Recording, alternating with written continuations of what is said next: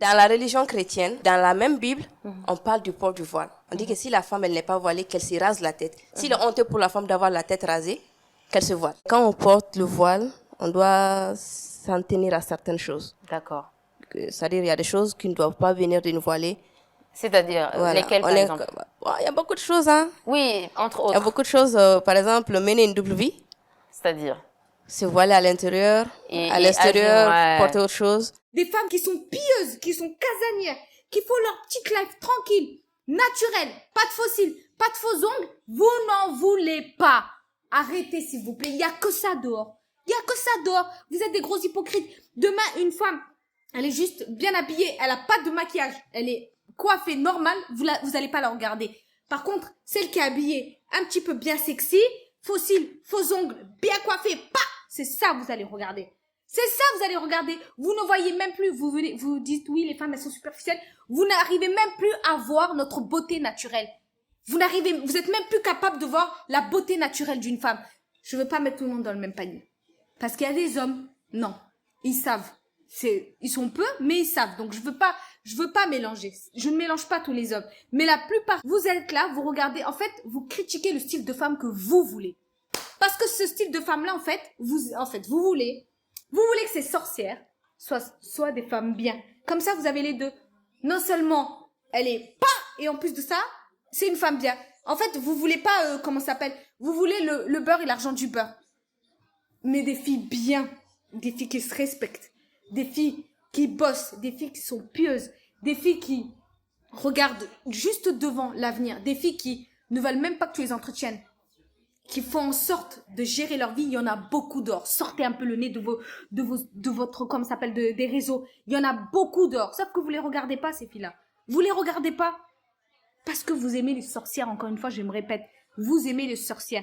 Et parce que vous savez quoi, les sorcières, elles sont là, elles vous challenge. Vous aimez ça, le challenge. Les filles bien, elles ont pas le temps, en fait. Elles ont pas le temps de faire semblant. Les filles bien, elles sont juste concentrées sur l'instant. Si t'es un mec bien, tu viens. Si t'es pas un mec bien, elles te dégagent. Mais les sorcières, elles te challenge, elles te font croire que t'es le roi. C'est ça que tu kiffes. Les filles bien, elles ont pas le temps de te faire croire que t'es le roi. Donc arrêtez, s'il vous plaît, arrêtez ça. Arrêtez d'être hypocrite. Des filles bien, il y en a partout. Arrêtez de faire genre, j'y crois plus en la femme, j'y crois plus en lui. S'il te plaît, sors de chez toi. Va voir un peu ce qui se passe. Tu vas voir. La vie, c'est pas les réseaux. Les mecs, vous êtes... Est-ce qu'aujourd'hui, tout le monde porte le voile pour Dieu? Bien avant l'islam, et les gens se voilaient. Les gens se voilaient déjà? Oui. Ok. Donc, ils se voilaient pourquoi? Pour faire la différence entre les classes. Ok. On parle de classe sociale là. Des sociales, oui. Il y a des esclaves, les nobles. Ok. Donc, les nobles s'habillaient, ils se couvraient le corps. Pour se différencier des autres. Est-ce que je suis d'accord avec le fait qu'une femme qui fait la prière soit obligée d'avoir la tête couverte et qu'un homme ne doive surtout pas avoir de longs cheveux, etc. Est-ce que je suis d'accord avec tout ça? Alors c'est une question qui peut mettre mal à l'aise, parce que dans un souci de conformisme religieux, on peut être tenté d'adopter une position légaliste. Mais lorsqu'on étudie la Bible, on se rend vite compte que la position légaliste ne colle pas avec le Seigneur Jésus-Christ. Et je vais vous prouver bibliquement ce que je dis. Alors, en 1 Corinthiens chapitre 11 verset 5, l'apôtre Paul déclare que toute femme qui prie ou qui prophétise la tête non voilée déshonore son chef, donc déshonore son mari, puisque l'homme est le chef de la femme dans la Bible. Par rapport à ce passage biblique, permettez-moi de rappeler qu'il y a une grande différence entre lire la Bible et étudier la Bible. Quand tu étudies la Bible, tu étudies le contexte. Dans ce passage de 1 Corinthiens chapitre 11 verset 5, où est-ce que se trouve l'apôtre Paul? L'apôtre Paul se trouve dans la ville de Corinthe. Et où se trouve la ville de Corinthe? Elle se trouve en Grèce antique. Et dans la société grecque antique, une épouse est tenue de se couvrir la tête. C'est une norme dans la société grecque antique. Du coup, qu'est-ce que l'apôtre Paul a fait? Il a adapté sa prédication à la norme locale. Les apôtres s'adaptaient aux mœurs, aux lieux et au contexte qui se présentaient à eux. Vous en avez la preuve en 1 Corinthiens chapitre 9, versets 20 à 22. Étant donné que dans la société grecque antique, une épouse était tenue de se couvrir la tête, l'apôtre Paul a adapté sa prédication à cette norme locale. Si l'apôtre Paul était allé prêcher au peuple Maasai, est-ce que l'apôtre Paul aurait suggéré aux femmes de se couvrir la tête pour prier? Jamais de la vie. L'apôtre Paul aurait adapté sa prédication à la norme locale des Maasai. En 1 Corinthiens chapitre 11 verset 6, l'apôtre Paul a déclaré que c'est honteux pour une femme d'avoir les cheveux coupés ou d'être rasée. Est-ce que l'apôtre Paul aurait déclaré la même chose s'il se trouvait devant des femmes Maasai? Jamais de la vie. Dans les normes locales du peuple Maasai, les femmes doivent avoir la tête rasée dès le plus jeune âge. L'apôtre Paul aurait donc adapté sa prédication à la norme locale des Maasai. Les apôtres s'adaptaient aux mœurs, aux lieux et au contexte qui se présentaient à eux. Vous en avez la preuve en 1 Corinthiens chapitre 9, versets 20 à 22. Alors pour répondre à la question de l'apparence qu'il faut avoir lorsqu'on prie Dieu, est-ce qu'il faut se couvrir la tête lorsqu'on est une femme? Est-ce qu'il est interdit d'avoir de longs cheveux lorsqu'on est un homme, etc. Eh bien, comme je viens de vous le dire, dans la société grecque antique, les normes étaient ce qu'elles étaient.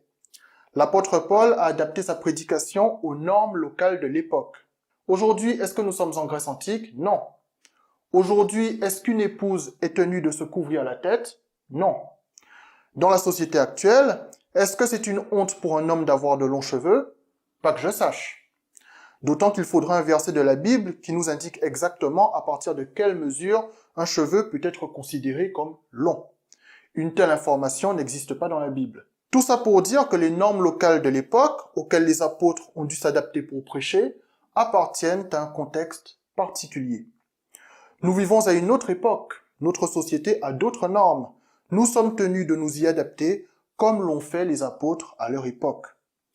Alors maintenant, si une servante de Dieu me dit que lorsqu'elle prie, elle ressent dans son fort intérieur que le fait de se couvrir la tête, c'est une marque de respect pour Dieu, et qu'elle le ressent vraiment comme ça, je l'invite à continuer à le faire. Mon but n'est pas de changer les habitudes de qui que ce soit. Je veux juste vous rappeler que la Bible n'est pas un bouquin juridique de plus de 800 pages qu'il faut appliquer à la lettre. Dans la Bible, il y a des contextes particuliers auxquels les serviteurs de Dieu ont dû s'adapter. Des normes qui ne sont plus d'actualité aujourd'hui. Le plus important dans la Bible, ce sont les enseignements de Jésus-Christ qui sont contenus dans les 4 évangiles canoniques. L'évangile selon l'apôtre Matthieu, l'évangile selon Marc, l'évangile selon Luc et l'évangile selon l'apôtre Jean. Ces 4 évangiles canoniques constituent l'évangile de Dieu. Tous les livres de la Bible qui suivent ou qui précèdent l'évangile de Dieu ne sont pas paroles d'évangile. D'ailleurs, l'apôtre Pierre lui-même nous renvoie à l'évangile de Dieu. Et c'est pour ça que je vous ai dit dans une vidéo précédente que si vous avez un doute sur ce qu'un disciple de Jésus-Christ a dit dans la Bible, ou un doute sur ce qu'un serviteur de Dieu a dit dans la Bible, ayez le réflexe d'aller voir ce que le Seigneur Jésus-Christ lui-même a dit, puisque le Seigneur Jésus-Christ est parfait. Les serviteurs de Dieu dans la Bible, les prophètes, les disciples, les apôtres, qui eux sont des êtres humains imparfaits, ont dû adapter leur prédication aux normes sociales de l'époque, aux mœurs, aux lieux et au contexte qui se présentaient à eux. C'est pour ça que certains enseignements des apôtres peuvent vous surprendre aujourd'hui, puisque les normes de l'époque auxquelles se sont adaptés les apôtres n'étaient pas les mêmes qu'aujourd'hui.